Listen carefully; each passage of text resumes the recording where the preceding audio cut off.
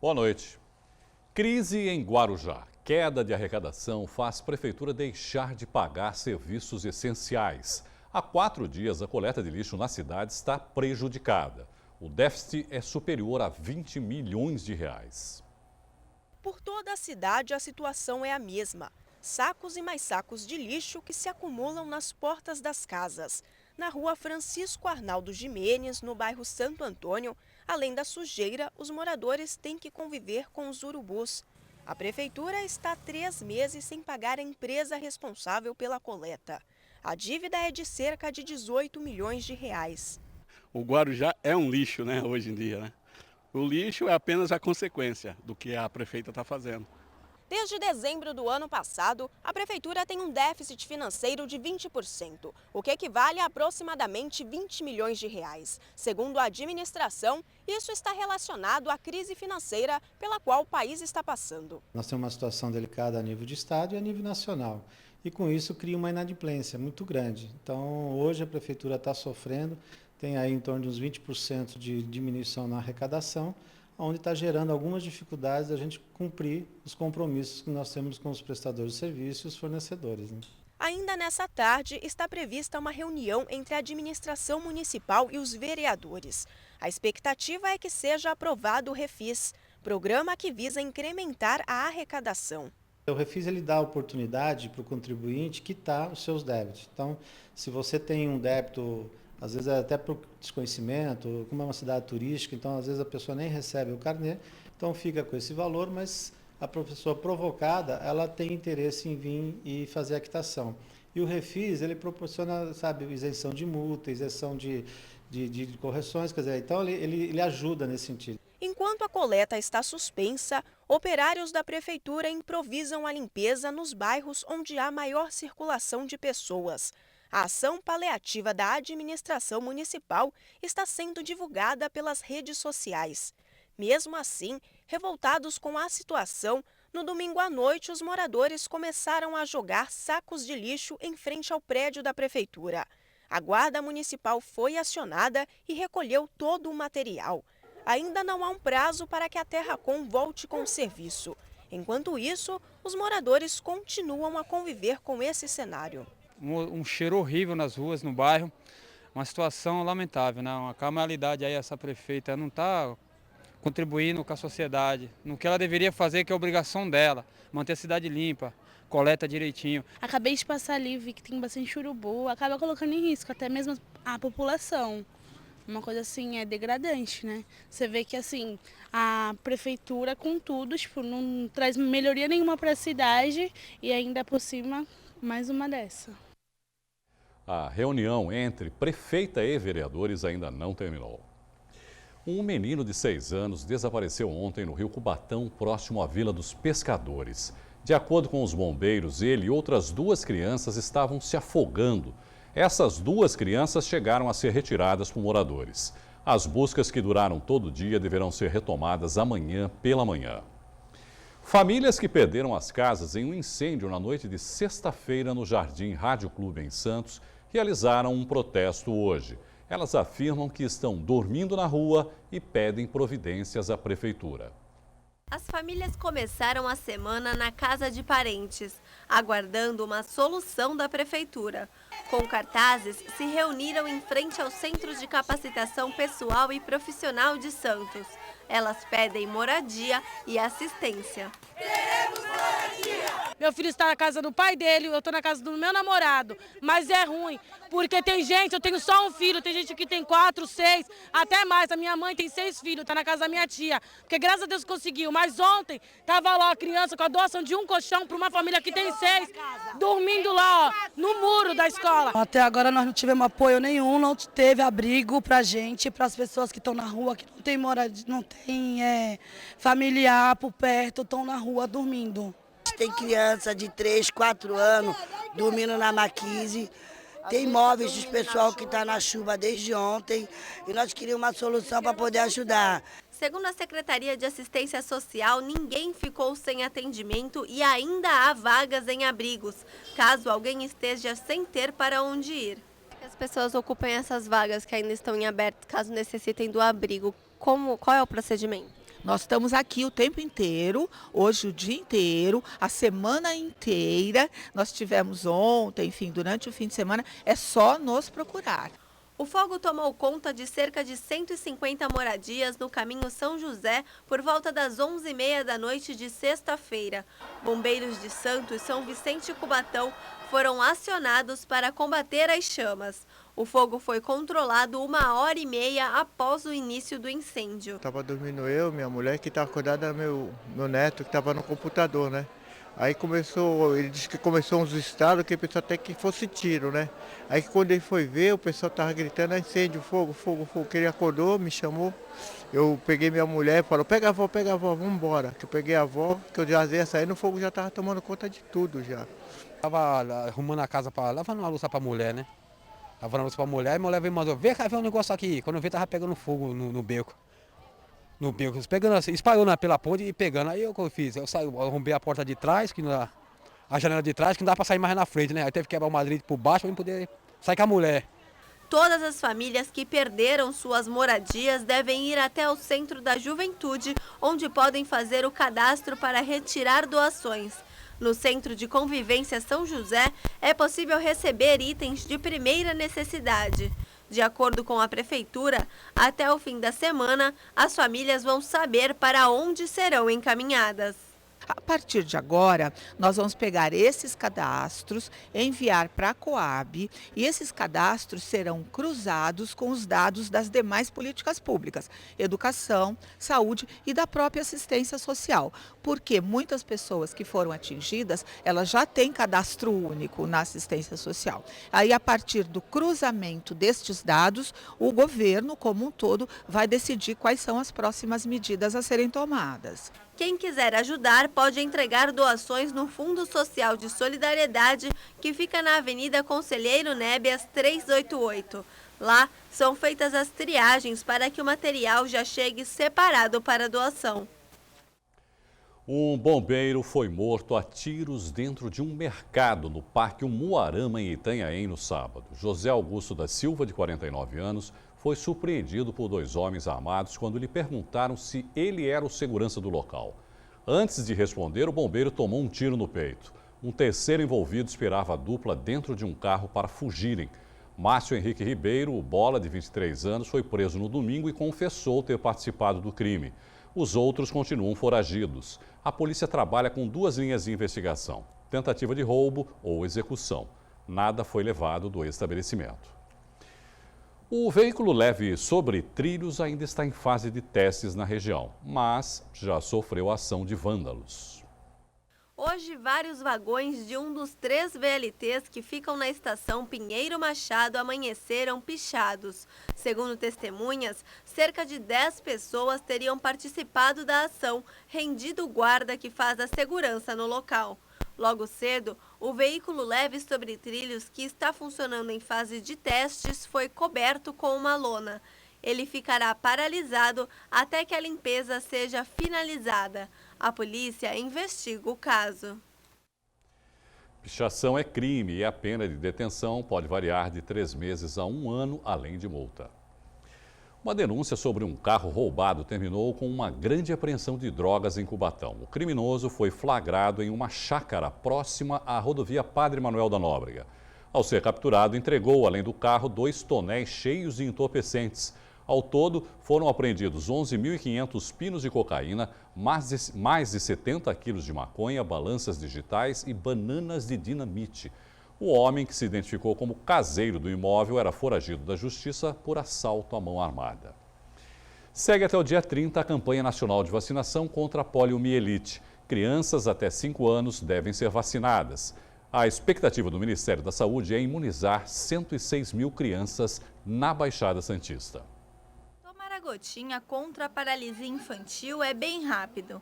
Cássia levou o Gabriel de 6 meses. Dever cumprido com a saúde do filho. Eu acho que tem que dar. Se é recomendado, eu dou. A vacinação é feita em 5 etapas. Dos 2 aos 4 meses, a dose é injetável.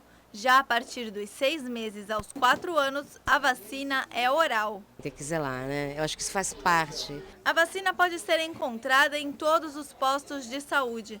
Se a criança perdeu alguma dose, ainda é possível levá-la para ser imunizada. A policlínica vai ter profissional que vai fazer a verificação dessa carteira de vacinação dessa criança.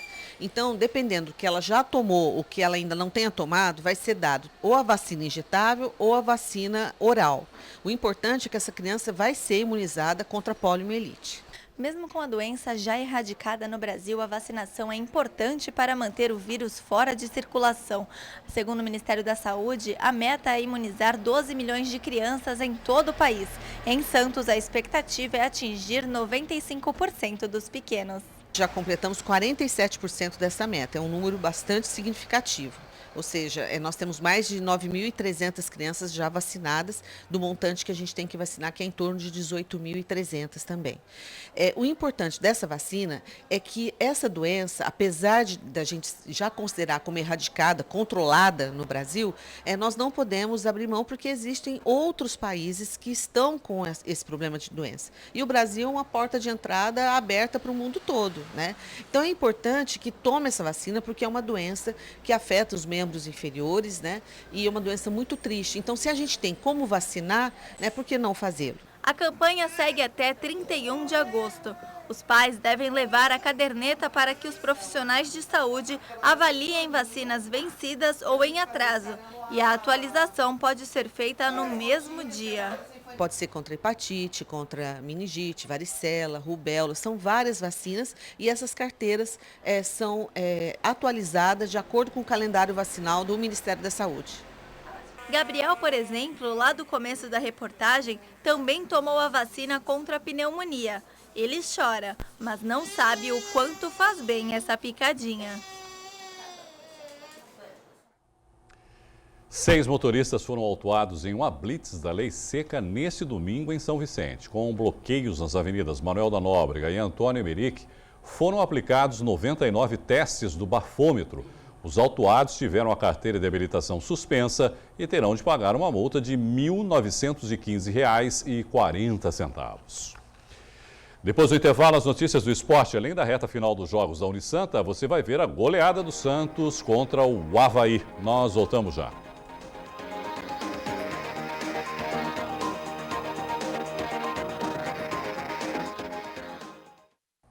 Os Jogos da Unisanta estão na reta final. A competição chega hoje ao penúltimo dia de disputas. A repórter Bianca Midlege traz as informações.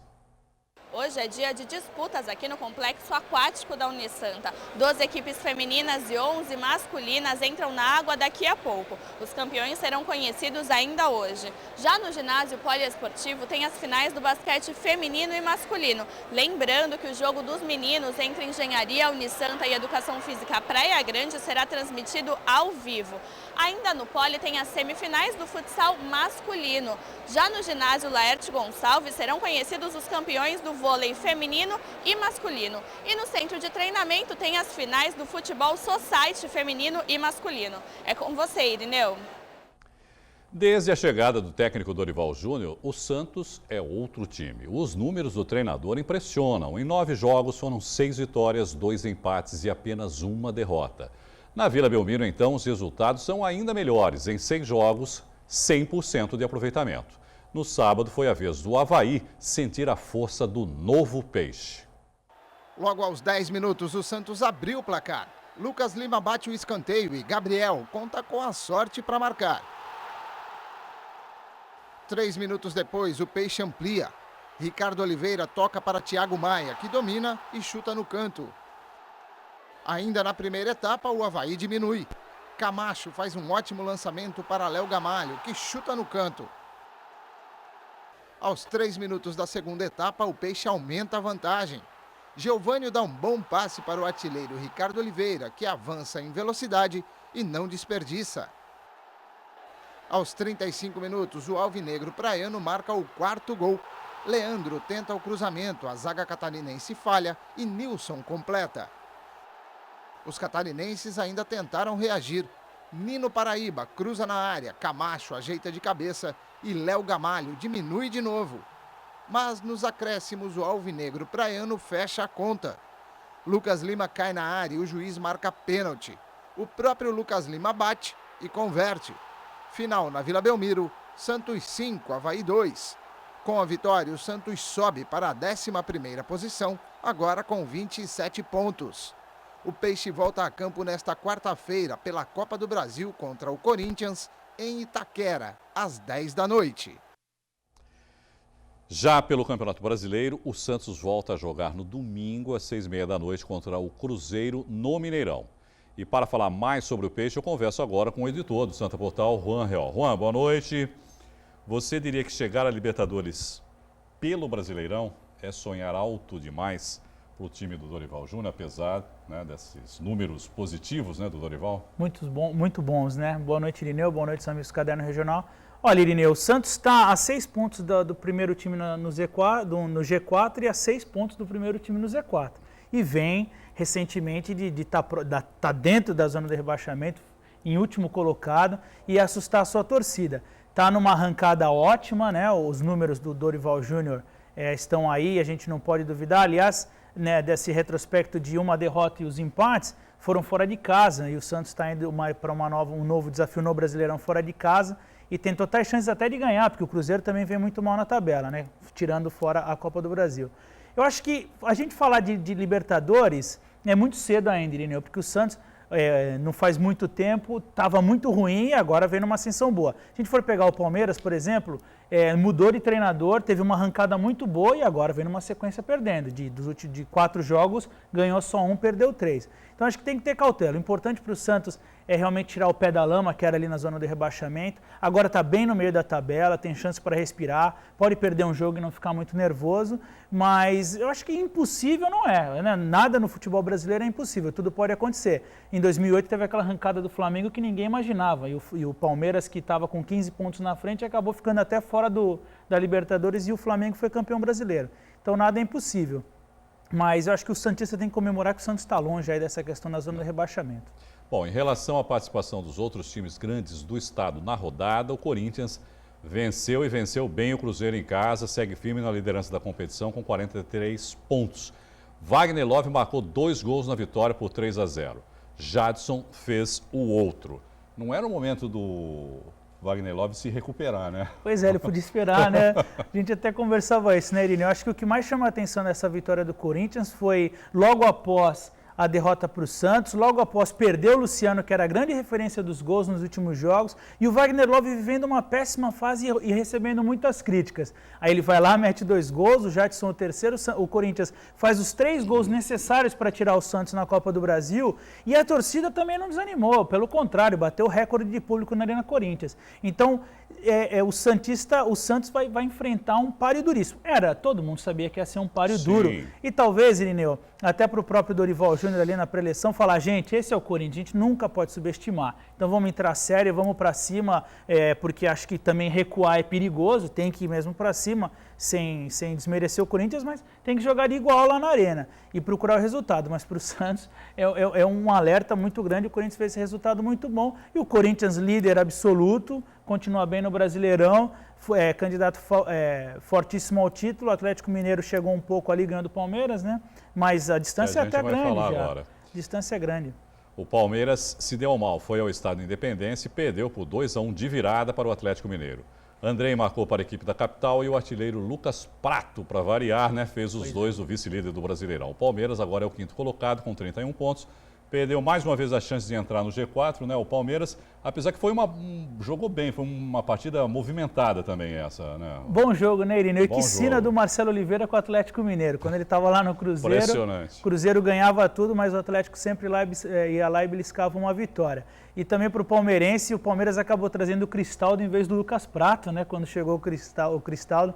Então, que situação. Mas jogou de igual o Palmeiras, né? É outro time mesmo, com a chegada do Marcelo Oliveira. Perdeu as partidas, mas tem jogado bem, tem se recuperado da lesão daquele rapaz, o Gabriel, que saiu do time, que vinha sendo motorzinho no meio de campo. Né? faz muita falta, mas o Atlético Mineiro está lá no G4 desde o início da competição, não à toa, e também está se recuperando, que vinha tropeçando o Atlético Mineiro, e foi se recuperar justamente num jogo importante, e é aquilo que a gente conversa, né, Irineu? O time que quer chegar, quer ir além, ele ganha os jogos difíceis, ganha pontos fora de casa, e o Atlético Mineiro fez isso. O Palmeiras vai continuar aí tentando encontrar um bom futebol, mas acho que o grande projeto do Palmeiras é mesmo melhorar esse time que não se encontrou muito esse ano para o ano que vem, mas esse ano ainda é capaz de beliscar uma Libertadores.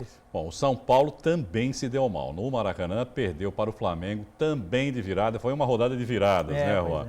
O Luiz Eduardo marcou para o São Paulo e Ederson e Guerreiro para o Flamengo. O tricolor paulista, que perdeu a terceira seguida, agora é o 6º colocado com 31 pontos. Irineu, o caso do São Paulo é mais complicado, né? Até já estão começando a fritar o treinador colombiano, que a gente sempre falou muito aqui. Vem um cara muito diferente para o São Paulo. São Paulo costuma não se dar muito bem com quem chega falando uma língua diferente, não do espanhol para o português, mas falando uma língua de comandar o clube, né? E o Osório, ele está testando as peças, ele perdeu 8 jogadores importantes e continua tentando mexer no time. Às vezes ele acerta, às vezes ele erra. O Alexandre Tosetti, do Globo.com, fez um texto bem interessante a respeito do São Paulo, para o torcedor ele refletir em cima até do próprio Osório, porque ele chegou com uma mudança necessária. O São Paulo vinha mudando treinadores e não conseguia. E aí chega esse treinador com uma nova linha, uma nova visão, começa a mudar tudo, mas ele também tem que ter tempo. Já não pode o presidente do clube ir na mídia falar que o treinador vetou o Lugano, que é ídolo da torcida, e essas coisas queimam o treinador. O São Paulo está mesmo numa fase de reformulação, não vai chegar a sofrer perigo de rebaixamento nem nada, mas se apostarem no Juan Carlos Osório, como ele já mostrou no Atlético Nacional da Colômbia, ele vai mostrar no São Paulo, mas a longo prazo. E a longo prazo, Irineu, no Brasil a gente sabe que essa é complicado. Essa palavra não existe aqui no Brasil, pois viu? É. Vamos falar agora um pouquinho de 4ª divisão. O Jabaquara estreou na segunda fase do Campeonato Paulista Série A3 com um empate em casa contra o Taboão da Serra. O time santista mantém a invencibilidade na Caneleira, mas em jogo que termina 0-0. Destaque para os goleiros. No primeiro tempo, foram poucas jogadas ofensivas. A situação incômoda do 0-0 fez com que Jabaquara e Taboão da Serra voltassem com mais garra para o segundo tempo. Aos 17 minutos, a equipe do interior ofereceu perigo ao Leão da Caneleira e o goleiro Thiago mostrou talento com uma rápida defesa. Levantamento de bola para a boca do gol, pegou o goleiro, defendeu, Thiago! 2 minutos depois, foi a vez do time santista ameaçar com um chute do artilheiro Eric, parado pelo goleiro Walter. Agora Eric bateu, defendeu o goleiro Walter. Aos 43, falta para o Jabuca cobrada pelo atacante Alex Tanque, que bateu forte. Mais uma bela defesa de Walter. E faltando 10 segundos para o final da partida, sufoco para o Jabuca. O meia Francisco Alex quase marcou. Com desvio da zaga, a bola parou na trave. Bateu de pé esquerdo na trave e vai embora para a linha de fundo. Apito do árbitro e o jogo terminou como começou, em 0-0. Foi um jogo bastante difícil, enfrentamos uma equipe bastante qualificada também, tanto é que passou para essa fase decisiva, que é a fase do acesso. Então, as melhores equipes estão disputando esse acesso. Com um empate na estreia da segunda fase, o Jabaquara mantém a invencibilidade dentro de casa. O próximo desafio é contra o Olímpia no domingo, no campo do adversário. Imprimir nosso ritmo de jogo e procurar surpreender lá. E como já vencemos outros adversários também fora de casa, não é ser pretensioso, porque quem quer ter o acesso tem que vencer fora. Então nós temos essa oportunidade, nós vamos buscá-la. Bom, Juan, os dois times se mostraram fortes já na primeira fase. Pelo placar, parece que o equilíbrio vai continuar daqui para frente. E apesar do empate ter sido na casa do Jabuca, né, Juan, dá para dizer que foi um mau começo? Se esperava uma vitória, né, Irineu? A gente esperava que o Jabaquara já largasse aí com os 3 pontos, porque o campeonato, né, agora essa fase não é tão longa, são 10 partidas, uma já foi e começou com empate. Mas gostei de ver a entrevista do Axel falando que vai para cima, que quem quer alguma coisa, que a gente sempre fala aqui, né, tem que ir atrás na casa do adversário e ganhar os pontos. Vale ressaltar 2 coisas, Irineu. A primeira, esse 0-0 foi o mesmo da primeira rodada, do primeiro turno do Paulistão da segundona, e depois o Jabaquara foi lá em Taboão e ganhou por 2-1. Vamos torcer para se repetir, né, Juan? Torcer para que mantenha esse mesmo desempenho. E outra situação que chama a atenção, esse empate deixou o Jabaquara em terceiro. O Olímpia e o São Carlos, os 2 times que estão na frente ali no grupo do Jabaquara, os 2 estrearam com vitória fora de casa.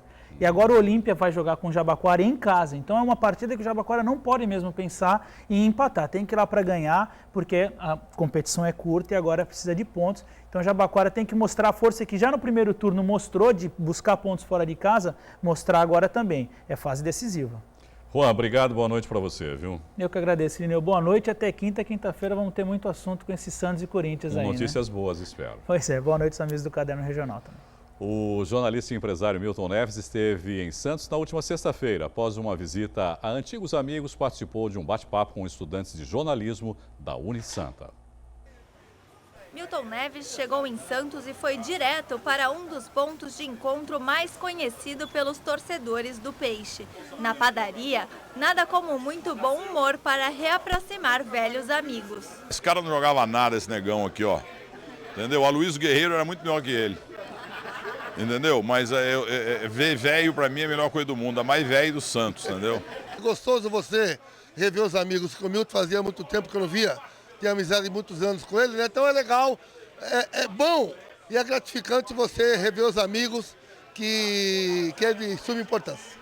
Após as tradicionais fotos, a turma se reuniu para um animado bate-papo. A amizade da gente é muito antiga, né? Então é muito importante a gente poder estar participando com essa rapaziada. Santos me emociona, porque o Santos norteou a minha vida. Eu existo basicamente, profissionalmente, graças a Gilmar Lima, Mauridal, Muzeto Calvé, Dorval Mengalvo, Coutinho e Pelé Pepe. Esses caras nortearam a minha vida, que estava à deriva nos anos 60, porque meu pai morreu, eu tinha 8 anos, fui criado por uma tia que morreu outro dia. Minha mãe maravilhosa, que está no céu também, mas o sonho da minha vida era ir na Vila, era ver Pelé, ver Calvé, ver Dorval, Mengalvo, Coutinho, que está aqui, entendeu? Então isso aqui me toca o coração. Da boa conversa, Milton seguiu para a Unisanta, onde participou ao vivo do Caderno Regional.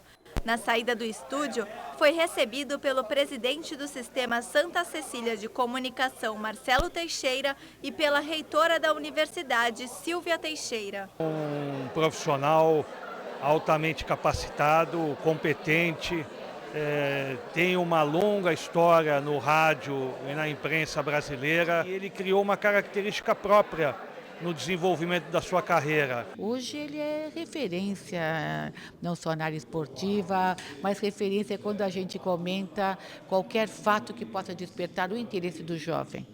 E numa escola de jornalismo você tem que possibilitar esses diversos olhares. Ainda na universidade, cumpriu o compromisso com futuros profissionais. Na conversa com alunos, falou sobre a carreira, trabalhos no esporte e conquistas pessoais. Para a molecada hoje ter vontade mesmo de ser jornalista, porque essa é uma profissão que você ou tem talento ou não tem. Você tem adequação para essa profissão ou não tem. Não adianta fazer por modismo. Para os jovens que ainda estão começando, o contato com quem já chegou bem longe é fundamental. Eu acho que é muito importante para a gente ter um contato assim com uma pessoa tão importante, né? Acho muito bom. Dessas palestras que tem aqui, eu procuro vir, né, comparecer, ouvir, aprender e ouvir o que eles falam, que para mim eu entendo que é importante. Então, é legal. Para ser jornalista tem que consultar duas figuras, o teu espelho e o teu travesseiro. Não adianta você querer ser jornalista porque o teu pai é, porque a tua mãe é, porque a tua namorada é, porque o teu avô foi, porque a tua avó foi, não. Cada um, Deus determina uma profissão. Um nasceu para ser médico, outro nasceu para ser dentista, outro nasceu para ser empresário, outro nasceu para ser professor, outro nasceu para ser jornalista. Você se consagra, você é feliz, você exerce com felicidade porque você nasceu com dom para ser jornalista. A edição de hoje termina aqui pelo Santa Portal. Você continua bem informado. Você fica agora com o painel regional e, na sequência, jogos da Unisanta ao vivo. A Caderno Regional volta amanhã às 7 da noite. Até lá. Tchau.